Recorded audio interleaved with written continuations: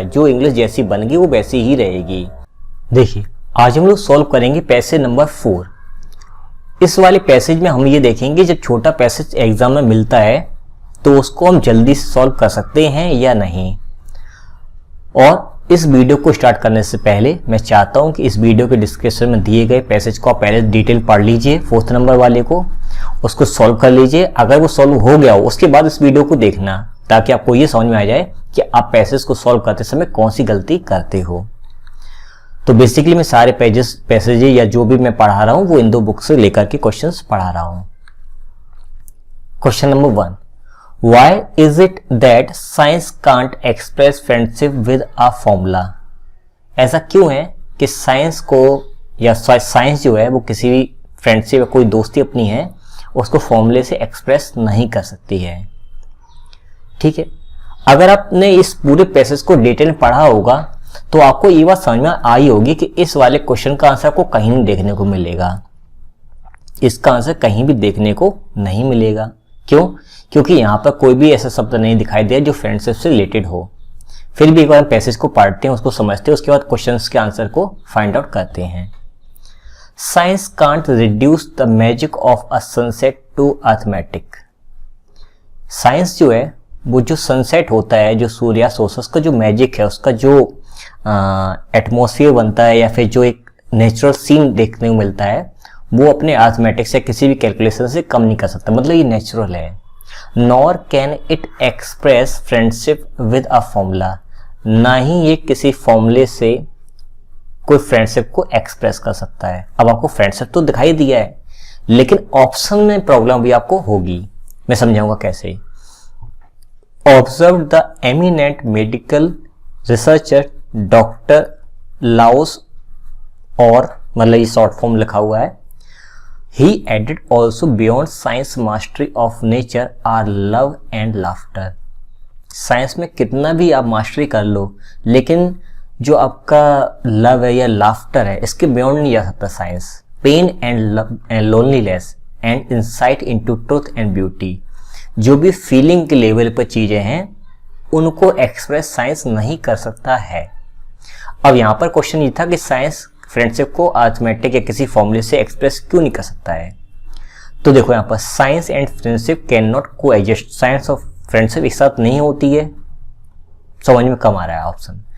It is abstract term which can't be grappled by science. Grappled का मतलब पकड़ना, grasp करना, कैच करना। Friendship is beyond science mastery. हाँ, ये बिल्कुल एग्जैक्टली मैच हो रहा है। ठीक है, friendship is unknown to scientist. ये वाला ज्यादा लोगों का आंसर गलत होगा कि हाँ ये वाला ऑप्शन गलत है। इसको भी आपने कर दिया, यहां से हटा दिया है।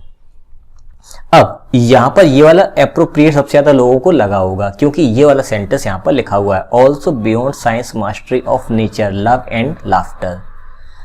कहने का मतलब अपना ये है कि जो फ्रेंडशिप के बारे में केवल बातचीत चल रही है, उसका जो एक्यूरेट ऑप्शन जो है, जो एग्जाम में दिया गया था, जो यहाँ पर बनता है, वो है it is abstract term which can't be grappled by science. कि यहाँ पर जो टर्म्स यूज किए गए वो सारे सारे एब्स्ट्रैक्ट हैं, ये सारे के सारे एब्स्ट्रैक्ट हैं, इसलिए साइंस इसको एक्सप्रेस नहीं कर सकता है। अब ऑप्शन नंबर 3 क्यों नहीं है? ऑप्शन नंबर 3 इसलिए नहीं है क्योंकि बिहाइंड जो बियॉन्ड है साइंस के मिस्ट्री के, वो क्या क्या चीजें, लव है, लाफ्टर है, पेन है, लोनलीनेस है, ट्रुथ है, ब्यूटी है, फ्रेंडशिप है, ये सारी चीजें, ना कि केवल फ्रेंडशिप। इस वजह से 3rd नंबर का ऑप्शन आपका रॉन्ग माना जाएगा। यहाँ पर आई थिंक आपको ये वाला ऑप्शन समझ में आ गया होगा ये सही क्यों है।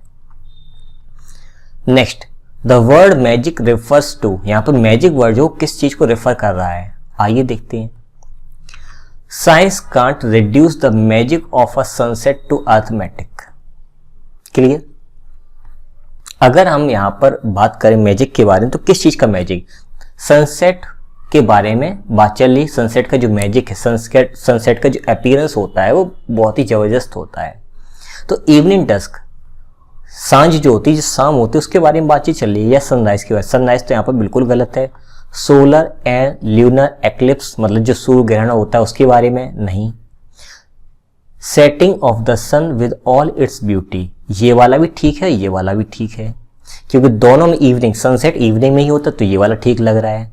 सेटिंग सन, सन का सूर्यास्त होना विद ऑल इट्स ब्यूटी। अब यहाँ पर क्या है कि यहाँ पर साइंस जो है वो इस सनसेट के मैजिक को, इस ब्यूटी को रिड्यूस नहीं कर सकता है। तो बेसिकली जो सबसे एप्रोप्रिएट जो ऑप्शन होगा वो आपका फोर्थ वाला होगा, क्योंकि यहाँ पर जो आपका सन है उसकी ब्यूटी के बारे में भी डिस्क्रिप्शन चल रहा है। मतलब बेसिकली यहाँ पर सनसेट नहीं बल्कि सनसेट से जो ब्यूटी क्रिएट हो रही है उसके बारे में बातचीत चल रही है, इसलिए ऑप्शन नंबर आपका डी सही है, मतलब 17 का, या फिर आपका सेकंड क्वेश्चन का answer fourth. Next, which of the following are beyond science reach. ऐसी कौन कौन सी चीजें हैं जो साइंस के परे हैं अकॉर्डिंग टू द पैसेज। बिल्कुल सिंपल सा आंसर है। तो बियॉन्ड की बात क्या क्या लिखा हुआ, लव, लाफ्टर, पेन, लोनलीनेस, ये सारे ऑप्शन किस में है, ये रहे ऑप्शन नंबर 1, सबसे इजी क्वेश्चन आपके लिए ये रहा। Next, the verb flock refers to, यहाँ पे फ्लॉक वर्ब का यूज जो हुआ है वो किसके लिए यूज हुआ है, आइए ढूंढते हैं। This distancing of science from the human condition perhaps explains why most foreign tourists visiting Britain flock।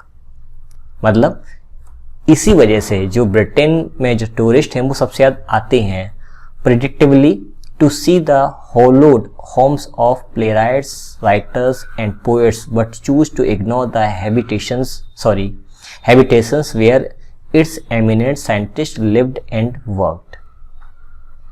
किस चीज के बारे में बात हो रही है। अब अगर हम यहाँ पर बात करें कि फ्लॉक वर्ड जो किसके लिए यूज हुआ है, पीपल के लिए, ठीक है। वो क्या करते हैं यहाँ पर, वो विजिट करते हैं, ठीक है। तो किसको विजिट करते हैं, इन सभी लोगों के नाम दिए हैं। ऑप्शन नंबर 3 आपका एग्जैक्टली यहाँ पर मैच हो रहा है, बिल्कुल सही है।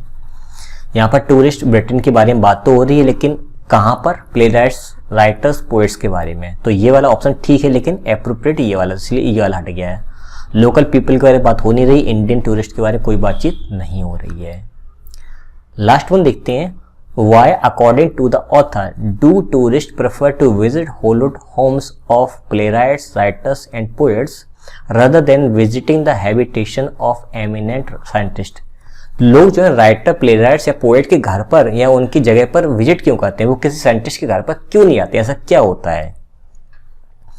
तो अगर ओवरऑल ऑप्शंस को रिड्यूस करने की कोशिश करोगे, इसको एलिमिनेट करने की कोशिश करोगे, तो राइटर्स या जो पोएट्स होते हैं उनके घर अच्छी तरह से डेकोरेटेड होते हैं, नहीं, इसलिए नहीं।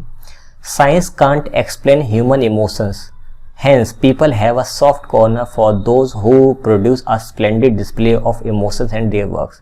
बस जो लोग भावनाओं पे ज़्यादा काम करते हैं, लोगों से ज़्यादा जुड़ के चलते हैं, बिल्कुल सही लग रहा है, होल्ड पे रखते हैं। साइंटिस्ट आर लूजसम, इससे कोई लेना देना नहीं है, हटा दो। Houses of scientist are untidy and not well preserved, वो बहुत गंदे होते हैं, सही से रख रखाव नहीं होता, इसके बारे में कोई बातचीत नहीं हुई है। तो ऑप्शन नंबर 2 आपका एग्जैक्टली बिल्कुल सही है।